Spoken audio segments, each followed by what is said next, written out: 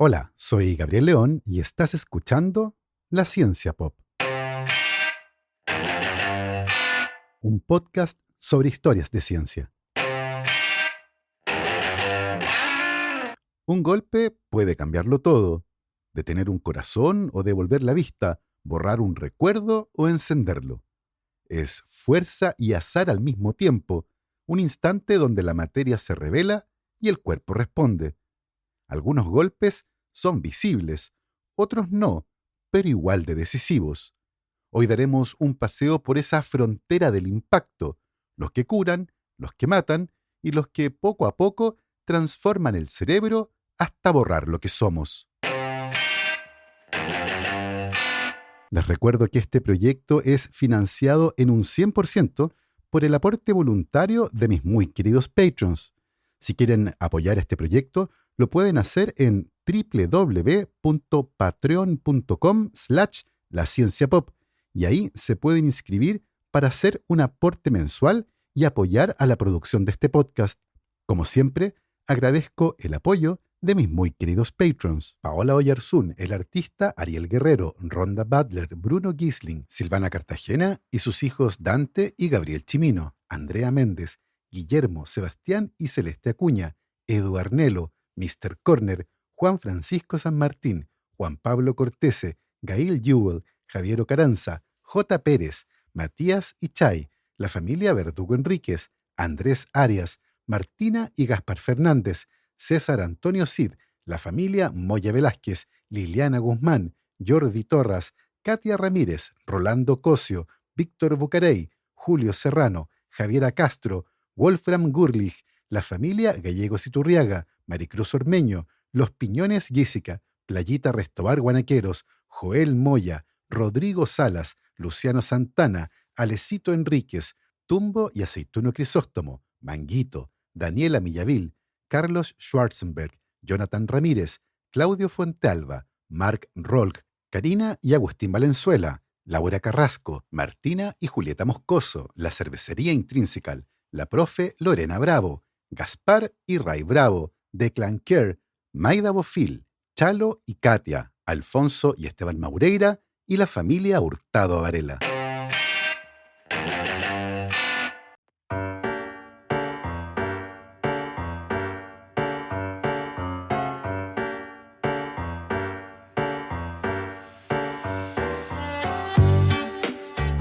Lisa Reed tenía 11 años cuando los médicos le dijeron que tenía un tumor cerebral. La cirugía le salvó la vida, pero a cambio le quitó algo más: la vista. El tumor estaba tan cerca del nervio óptico que lo dañó irreversiblemente. Durante 3 años conservó algo de visión parcial, pero cuando cumplió 14, los médicos fueron tajantes: quedaría completamente ciega. Le dieron un 5% de probabilidades de sobrevivir y lo logró, pero esa victoria se sintió algo amarga. La vida había ganado, pero a costa de la luz. Su padre había dejado a la familia cuando ella tenía 5 años y aquella doble pérdida, el abandono y la oscuridad, le dejó una herida persistente. Temía que nadie la amara, que nunca tuviera una pareja, ni hijos, ni una vida que pudiera llamar completa. Tenía miedo a quedarse sola y creía que eso era la ceguera. Con el tiempo, Lisa aprendió a moverse por el mundo con una independencia obstinada. Vivía sola en Oakland, en un pequeño departamento que compartía con su perro guía, Amy. Trabajaba, tenía amigos y salía a fiestas. A veces iba a los clubes y bailaba siguiendo el ritmo de los graves de la música. Había aprendido a orientarse por el sonido y el tacto, y el mundo se le revelaba en ecos, texturas y olores. Ir al cine era como escuchar una gran historia con efectos de sonido. La oscuridad, poco a poco, había dejado de ser un castigo para convertirse en su paisaje. Pero el 16 de noviembre del año 2000, algo cambió. Aquella noche, mientras preparaba la cena, se inclinó para besar a su perra, Amy, y perdió el equilibrio. Se golpeó la cabeza contra la mesa de centro y luego contra el suelo. No fue nada fuera de lo común.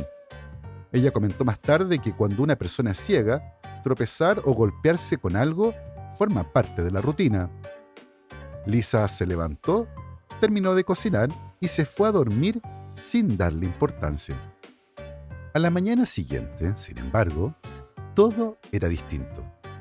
La luz entraba por la ventana y Lisa podía verla. Durante un rato se quedó completamente quieta, dejando que el asombro la inundara. No quiso mirarse de inmediato. Primero se duchó, se peinó y se puso un poco de maquillaje. Solo entonces se acercó al espejo y allí estaba. La última vez que había visto su reflejo era una niña pálida, de pelo corto y cejas claras. En el espejo encontró a una mujer. Llevó la mano a su rostro, como lo había hecho durante 10 años, para reconocerse por el tacto, pero esta vez, al ver y tocar al mismo tiempo, comprendió cuánto había olvidado de lo que antes podía ver. Pasaron 4 horas antes de que le contara a alguien lo que había ocurrido. Se quedó en casa jugando con Amy en el jardín, intentando procesar todo lo que estaba pasando. Días antes había tenido una pequeña premonición. Mientras caminaba con su perra, vio unos puntos azules frente a su ojo izquierdo, el mismo con el que luego recuperaría la vista. El azul siempre había sido su color favorito y el único que distinguía con claridad cuando todavía tenía visión parcial, y lo tomó como una señal.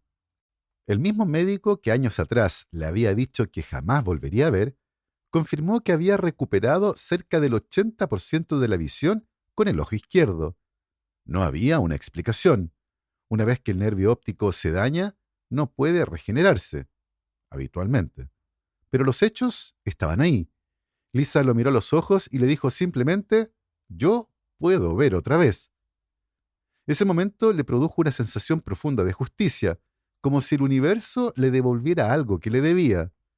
Desde entonces, su vida no cambió tanto como muchos imaginaron.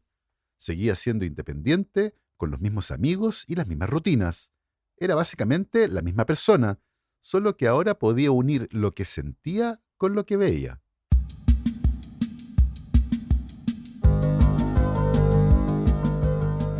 La historia de Lisa Reed recorrió el mundo como una rareza médica, un caso imposible que desafiaba la anatomía y la fisiología conocida. Para Lisa, aquella mañana en Oakland no fue un misterio científico, fue sencillamente un reencuentro con la luz.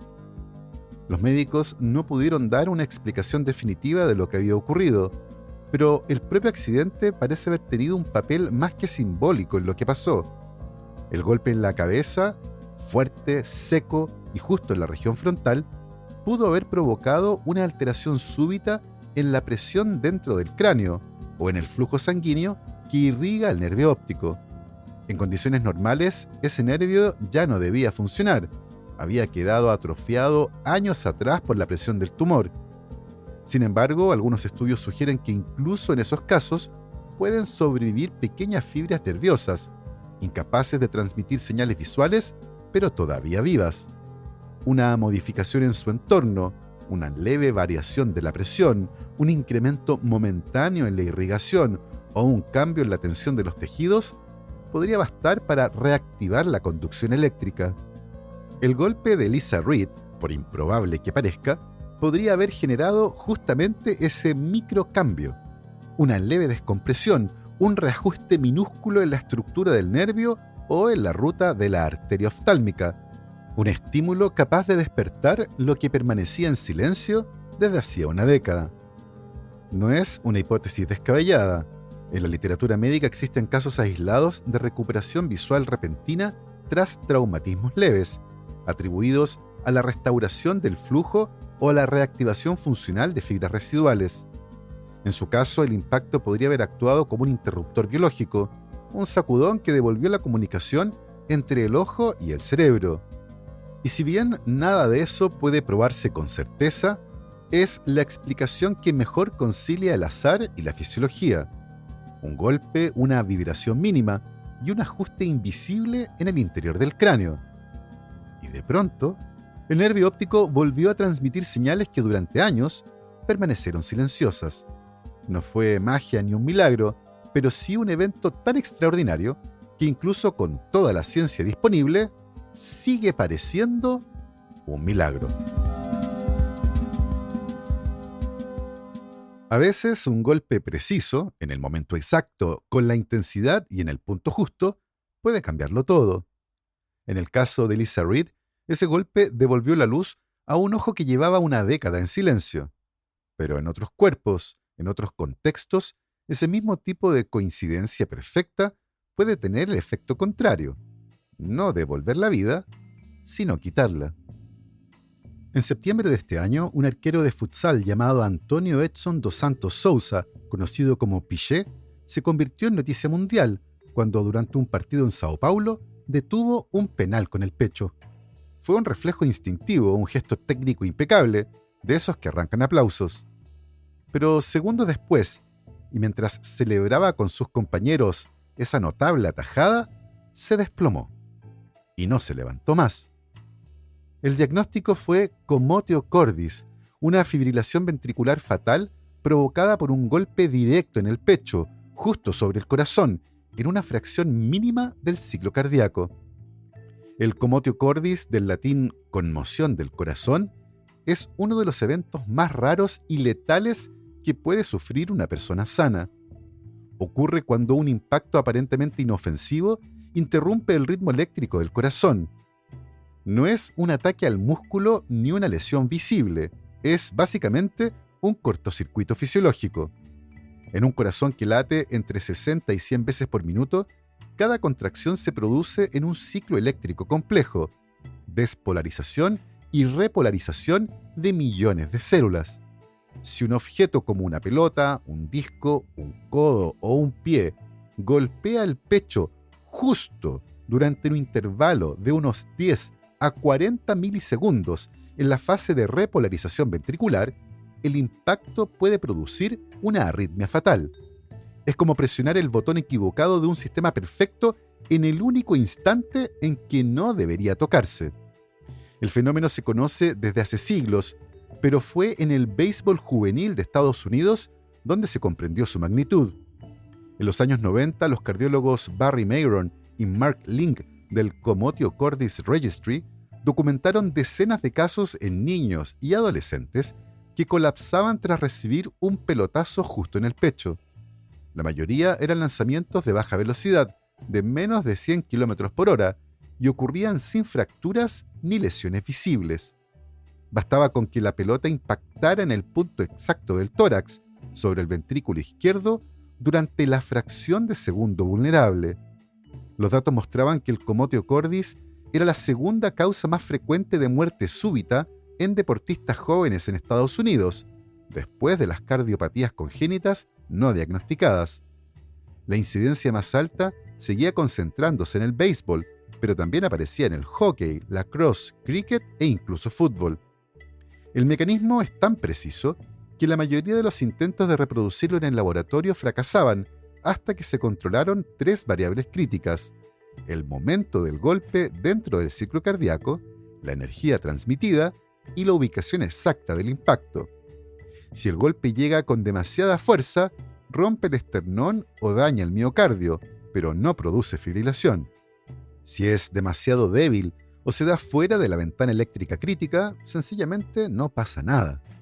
Solo en un rango intermedio, un impacto moderado sobre el punto exacto del corazón y justo antes de la onda T del electrocardiograma, puede producir la arritmia.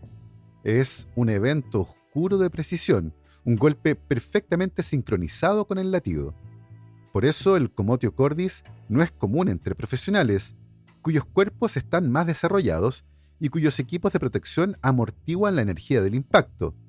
Solo ocurre con frecuencia en ligas menores, donde los adolescentes tienen cajas torácicas más flexibles y corazones más expuestos. En esos casos, la vulnerabilidad anatómica y la coincidencia eléctrica se alinean de manera trágica. El corazón humano es una bomba extraordinaria, pero también un sistema eléctrico delicado, vulnerable a las interferencias.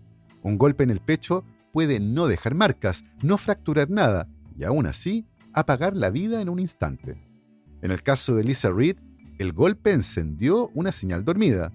En el caso del arquero brasileño, la misma coincidencia la interrumpió para siempre. Y en ambos casos, la línea entre la vida y la muerte, entre lo que entendemos como un milagro médico y la tragedia, fue la misma, una fracción de segundo. Como ya hemos visto, hay golpes que cambian la vida en un instante, pero hay otros que no lo hacen de inmediato, sino poco a poco. Mientras los primeros son ruidosos y espectaculares, como un trueno, los segundos son silenciosos y pacientes, como una gota de agua que cae siempre en el mismo lugar. En el cuerpo, ambos tipos de golpe dejan huella, pero de formas distintas. Un golpe preciso puede apagar el corazón en una décima de segundo, o devolver la vista después de una década, como si la biología se plegara al azar. Pero también hay golpes que se acumulan sin anunciarse, que no buscan matar ni curar, sino que desgastan. Los atletas lo saben bien. En algunos deportes, los impactos se repiten una y otra vez como un metrónomo invisible. Cada cabezazo, cada choque, cada caída. Ninguno parece importar por sí solo, pero el cuerpo los va guardando. Lo que en un instante aislado no deja rastro, en miles de repeticiones puede transformarse en otra cosa. Es la diferencia entre una explosión y una erosión, el mismo principio físico, pero con distinto ritmo. Así como un solo golpe en el lugar exacto puede detener un corazón, una sucesión interminable de golpes menores puede ir desajustando otro sistema igual de delicado: el cerebro. Lo que antes era solo fuerza y reflejo se convierte con el tiempo en un recordatorio de que incluso la materia más resistente tiene memoria.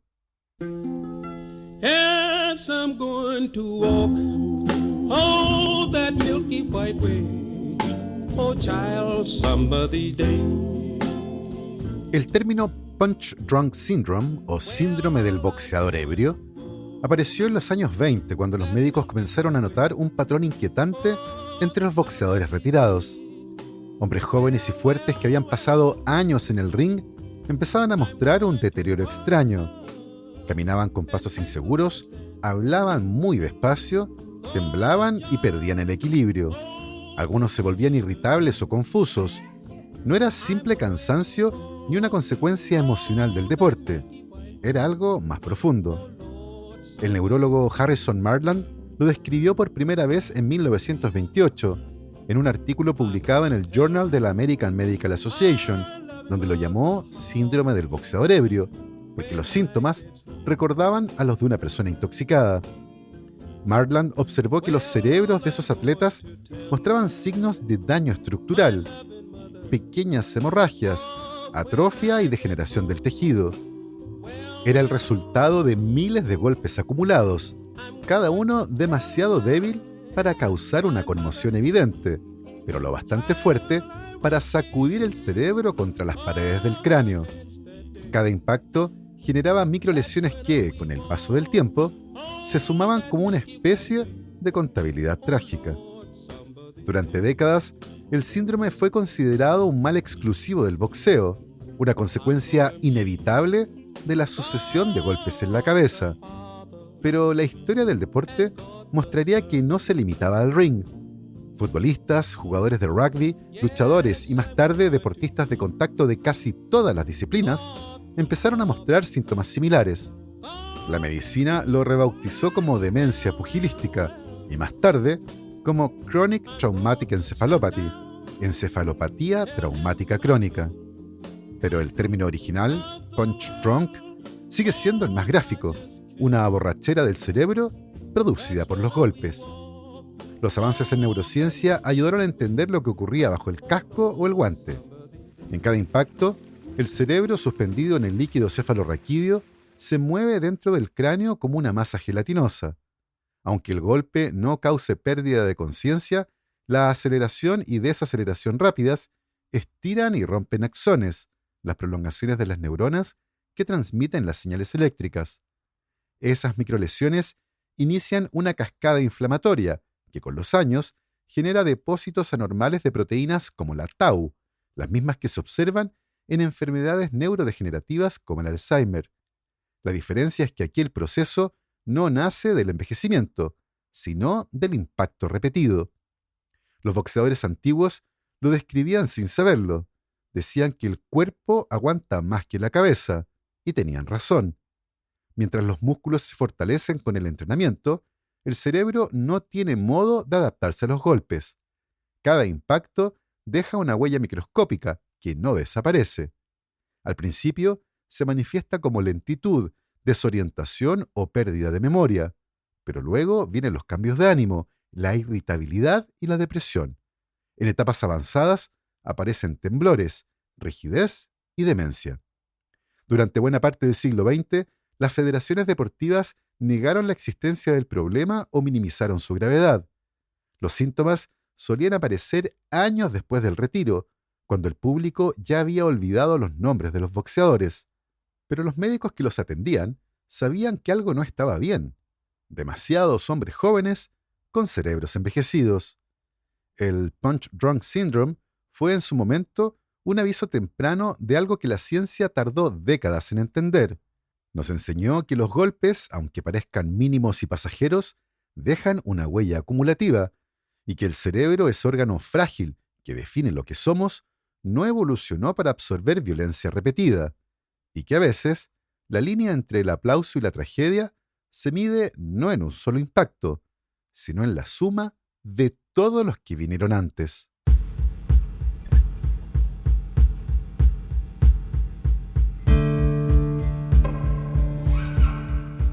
La mañana del 19 de abril del 2017, los guardias del Centro Correccional Sousa Baranowski en Massachusetts encontraron que uno de los reclusos se había suicidado en su celda.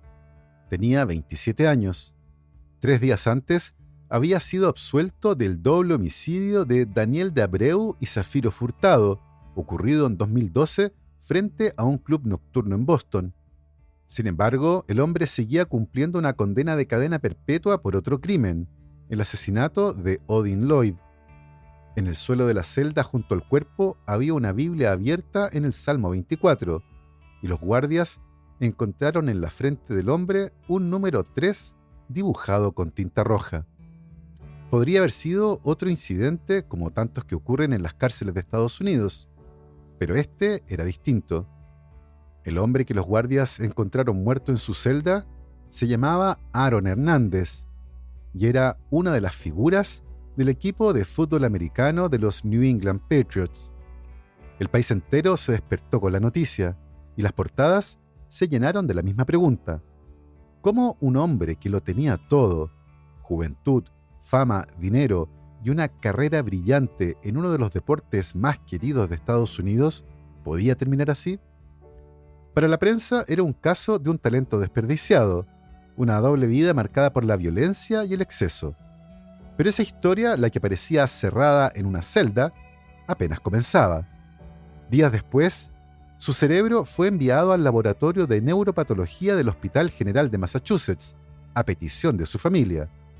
Lo que los médicos encontraron bajo el microscopio cambiaría para siempre la conversación sobre el deporte y la mente. El cerebro de Aaron Hernández mostraba una atrofia severa de los lóbulos frontales, pérdida masiva de tejido neuronal y extensos depósitos de la proteína tau. El diagnóstico fue contundente: encefalopatía traumática crónica. El hallazgo fue descrito como el peor caso de esta condición jamás documentado en un jugador menor de 30 años. Las lesiones correspondían al nivel 3 en una escala de 1 a 4, un grado de deterioro que antes solo se veía en boxeadores retirados viejos o jugadores con décadas de impactos acumulados. La doctora Ann McKee, una de las neuropatólogas que analizó el tejido, dijo que el cerebro de Hernández se parecía más al de un anciano con demencia avanzada que al de un atleta joven.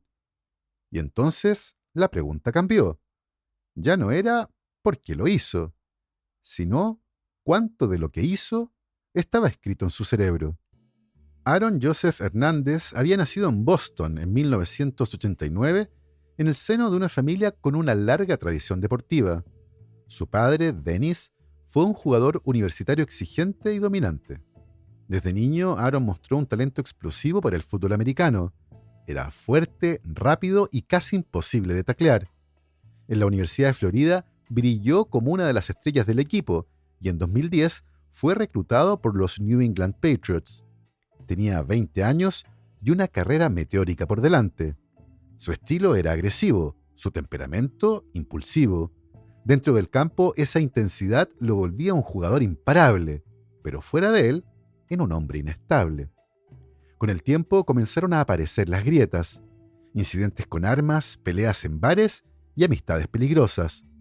En 2013, apenas 3 años después de su debut profesional, Aaron Hernández fue arrestado por el asesinato de Odin Lloyd. Durante el juicio, la fiscalía reveló que la policía también lo investigaba por otro tiroteo ocurrido un año antes, en 2012, en el que murieron Daniel de Abreu y Zafiro Furtado. Los fiscales afirmaron que Hernández había abierto fuego desde su auto después de una discusión trivial en un club nocturno. El caso se resolvió años más tarde, en abril de 2017, cuando fue absuelto de sus cargos por falta de pruebas. Pero 3 días después, Aaron Hernández se quitó la vida en su celda. Durante mucho tiempo, el relato fue moral. Un joven que lo tenía todo y lo perdió por sus malas decisiones. Pero cuando se conocieron los resultados de la autopsia, la historia se volvió anatómica. No era solo un descenso psicológico, era una enfermedad que había deformado su cerebro desde adentro. La encefalopatía traumática crónica es una patología neurodegenerativa causada por traumas repetidos en la cabeza. No se necesita un golpe brutal ni una conmoción evidente. De hecho, la mayoría de los impactos que la provocan pasan desapercibidos. Pero en cada contacto, el cerebro, esa masa blanda suspendida en el líquido cefalorraquídeo, se sacude dentro del cráneo. Es un movimiento diminuto, pero suficiente para que las neuronas se estiren más allá de su límite. En ese proceso se rompen miles de axones, esas largas prolongaciones que conectan una célula nerviosa con otra. Cuando los axones se lesionan, las neuronas pierden su capacidad de comunicarse, se inflaman y liberan proteínas anómalas. Entre ellas, la más relevante es la proteína tau. En condiciones normales, esa proteína actúa como una suerte de andamio dentro de las neuronas, estabilizando su estructura y permitiendo el transporte de nutrientes y señales eléctricas. Pero cuando el cerebro sufre traumas repetidos, esa proteína se desprende de su sitio, se pliega de manera incorrecta y comienza a acumularse en ovillos que bloquean la comunicación celular. Con el tiempo, esas acumulaciones destruyen los circuitos neuronales y se diseminan por regiones cada vez más amplias del cerebro. La encefalopatía traumática crónica suele comenzar en el lóbulo frontal y temporal, las zonas encargadas de regular la conducta, la toma de decisiones, la empatía y el control de los impulsos. Luego, el daño se extiende a las áreas que regulan la memoria y el lenguaje, y en etapas avanzadas aparecen síntomas que recuerdan al Alzheimer o a la demencia frontotemporal, desorientación, paranoia, pérdida del juicio moral y conductas impulsivas. En los deportistas, ese proceso puede empezar silenciosamente en la adolescencia y manifestarse años después, cuando el daño ya es irreversible. El descubrimiento de la encefalopatía traumática crónica no nació en un laboratorio universitario, sino que en una morgue. El año 2002, un patólogo forense nigeriano llamado Bennett Omalu recibió el cuerpo de Mike Webster, una leyenda de los Pittsburgh Steelers. Webster había muerto solo, arruinado y viviendo en su camioneta, después de años de confusión, dolores de cabeza y violencia irracional. Omalu, intrigado, decidió estudiar su cerebro y al analizar el tejido, descubrió algo que nadie esperaba: una acumulación anómala de proteína tau, muy similar a la observada en pacientes con Alzheimer, pero con un patrón diferente. El hallazgo lo llevó a publicar en 2005 un estudio en la revista Neurosurgery bajo el título Chronic Traumatic Encephalopathy in a National Football League Player, encefalopatía crónica traumática en un jugador de la Liga Nacional de Fútbol. Fue el primer aviso formal de que el fútbol americano podía causar una enfermedad cerebral degenerativa, y la reacción de la NFL, la Liga de Fútbol Americano, fue inmediata: negación. El comité médico de la liga desestimó el estudio, calificándolo de pseudociencia. Algunos funcionarios incluso intentaron impedir su difusión. La NFL comenzó una agresiva campaña comunicacional, ridiculizando los hallazgos de Omalu, pero este persistió. Analizó más cerebros de más jugadores y encontró el mismo patrón una y otra vez. En 2006 presentó el caso de Terry Long, un exjugador que se había suicidado. En 2007, el de Andrew Waters, otro veterano muerto de un disparo autoinfligido. Todos mostraban depósitos de tau en las mismas regiones del cerebro. Omalu comprendió que no era una coincidencia. Los impactos repetidos estaban literalmente destruyendo la estructura cerebral de los jugadores. Durante casi una década, la liga mantuvo una postura de silencio institucional. Los choques eran parte del espectáculo, los jugadores, algo así como gladiadores modernos. Reconocer que el deporte dañaba el cerebro habría significado admitir una responsabilidad colosal. Pero en 2013, después de una avalancha de demandas, la NFL aceptó un acuerdo de $765 millones con miles de exjugadores que acusaban a la liga de ocultar información sobre los riesgos neurológicos del deporte. Pero la desconfianza ya estaba instalada. El caso de Aaron Hernández reabrió la herida, porque por primera vez el daño no solo se manifestaba como depresión o demencia, sino que como crimen.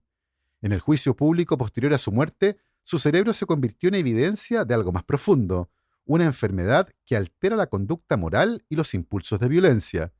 Los médicos describieron que el nivel de degeneración en su córtex frontal podía explicar sus explosiones de ira, su paranoia y su incapacidad para distinguir peligro real de amenaza imaginaria. Era como si cada golpe que había recibido hubiera ido apagando los frenos internos que nos mantienen dentro de los límites. La encefalopatía traumática crónica no tiene cura y solo puede diagnosticarse mediante autopsia, lo que significa que la mayoría de los casos se descubren demasiado tarde. La historia de esta condición no es solo la historia de una enfermedad, sino también de una negación colectiva, porque durante años la liga, los equipos y las marcas se beneficiaron de la imagen del jugador indestructible, del cuerpo que aguanta cualquier golpe. Pero el cerebro no sabe de contratos ni de rating televisivos. No se adapta al impacto, solo lo registra. Y cada impacto deja una huella microscópica que con el tiempo se multiplica. Ciertamente, Aaron Hernández no fue el primero ni tampoco el último. Antes que él, otros jugadores habían caído en depresiones profundas, se habían suicidado o habían sido víctimas de comportamientos autodestructivos que nadie entendía del todo. Pero su caso fue el más visible, fue el que obligó a mirar de frente algo que el deporte prefería mantener bajo el casco. Cuando se observa el cerebro de Hernández en las imágenes publicadas por la doctora McKee, es difícil no sentir una mezcla de asombro y horror. Es un órgano que alguna vez coordinó velocidad, fuerza y precisión milimétrica, ahora reducido a un mapa de vacíos y sombras, un recordatorio de que incluso los cuerpos más potentes pueden quebrarse desde adentro. En este punto, la historia vuelve a cerrarse sobre sí misma, porque todo comenzó con un golpe, uno que devolvió la vista a una mujer neozelandesa, otro que detuvo el corazón de un arquero brasileño, y miles, repetidos y silenciosos, que borraron la mente de un jugador de fútbol americano. 3 historias unidas por la misma palabra y por una verdad compartida. El cuerpo humano es una máquina extraordinaria, pero no infalible. Puede resistir mucho, menos la insistencia. En Lisa Reed, el impacto activó una chispa y devolvió la luz. En el arquero, el golpe perfecto en el segundo exacto apagó el corazón. Y en Aaron Hernández, los golpes se acumularon durante años hasta reescribir el mapa de su cerebro y convertir la fuerza en tragedia. En todos los casos, el cuerpo fue el escenario de un límite, un espacio donde la biología y el azar se tocan. Así las cosas, un golpe puede curar, matar o transformar. Puede devolver la vista o borrar la razón. Puede ser milagro o condena. Y al final, esa delgada línea entre la vida, la muerte, el milagro y el desastre no siempre depende de la fuerza del impacto, sino de algo mucho más pequeño, el instante en que ocurre. Así, hemos llegado al final de esta historia. Espero que les haya gustado. Yo me despido, como siempre, agradeciendo el apoyo incondicional de mis muy queridos patrons: Cristian Oteiza, Alberto Montt y Laura, Germaín Araya, Ana Lucía Luna, Simón Castillo Riedemann, Luciano Cisterna, Ricardo Yáñez, Christian Fraser, la familia Helfman von de Sauer, Giuseppe Carufo, David Pelao Pérez, Michelle Baró, Pablo y Milesita Villalobos, José Tanús, Pedro Castillo, José Luis Ulloa, Luz María Hernández, Marcela Martínez, Cristóbal Orellana, Diego Riquelme, Mauricio Silva, la familia Yuri Martínez, Claudio Oyarzo y Toña, Cirilo Fede y Pola, la familia Calenqueirolo, Alejandra Díaz, Fernando Araya, la familia de la Cruz Morales, Cosca y Banja, la familia Fuentes Schonfeld, la familia Tíez Ríos, Beatriz Geldres, Juan Catipillán, Paula Lagos, Sandra Marras, Giovanni Rosales, Olivia Artigas, Sergio Yuri Espinosa, Los Rojas Peredo, Mario Vicuña, Elena Arias, Laura Varela, San Blas La Serena, Lucía Ollarse, la carrera de Ingeniería en Estadística y Ciencia de Datos de la Universidad de Valparaíso, la familia Acuña Landaur, Patricia Sangüesa y Elena Gatica. Nosotros nos volvemos a encontrar el próximo viernes. Que esté muy bien, cuídense mucho, lávense las manos y por supuesto, que la ciencia los acompañe.